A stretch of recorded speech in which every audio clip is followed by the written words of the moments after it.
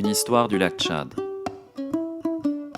Sur les rives du lac Tchad, les habitants sont bercés et se meuvent au rythme de ses variabilités et de sa temporalité, selon des coutumes et traditions qui leur sont propres.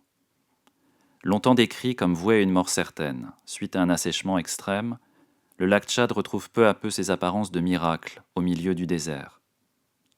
Pendant 4 ans, l'UNESCO, la Commission du bassin du lac Tchad et la Banque africaine de développement ont travaillé main dans la main avec les communautés du Cameroun, du Niger, du Nigeria, de la République centrafricaine et du Tchad pour cet objectif. Comme point culminant de ce renouveau, la preuve, attestée par des études menées par l'UNESCO, que le lac est de nouveau en pleine expansion.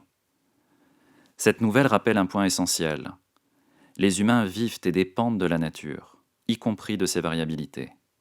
Et c'est en comprenant cette nature, en s'adaptant à elle, que les sociétés s'épanouissent.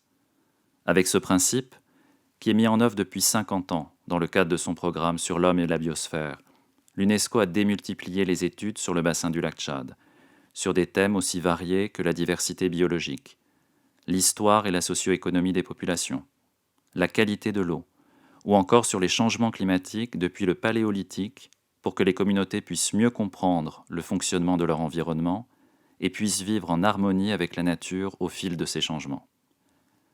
Avec ces connaissances, les communautés appuyées par l'UNESCO sont devenues acteurs de l'avenir qu'ils souhaitent vivre.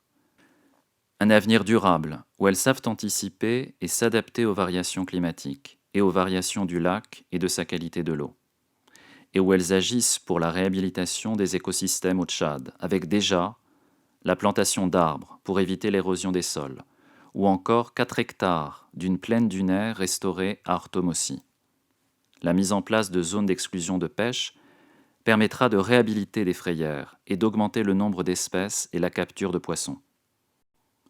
Les communautés, supportées par l'UNESCO, construisent également un avenir de concertation et de paix, où elles sont présentes à chaque étape de la prise de décision sur leur environnement, comme pour les discussions sur le dépôt d'un dossier de candidature à l'inscription du paysage culturel du lac Tchad comme site du patrimoine mondial de l'UNESCO ou à la désignation de réserve de biosphère.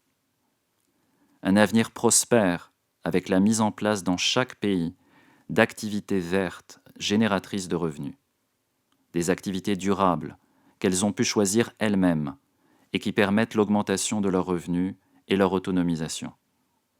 Enfin, elles construisent un avenir de partage et de transmission. Cela passe par la gestion pacifique des ressources naturelles, pour lequel des centaines de formateurs ont été formés par l'UNESCO, mais aussi par le partage d'informations et de connaissances.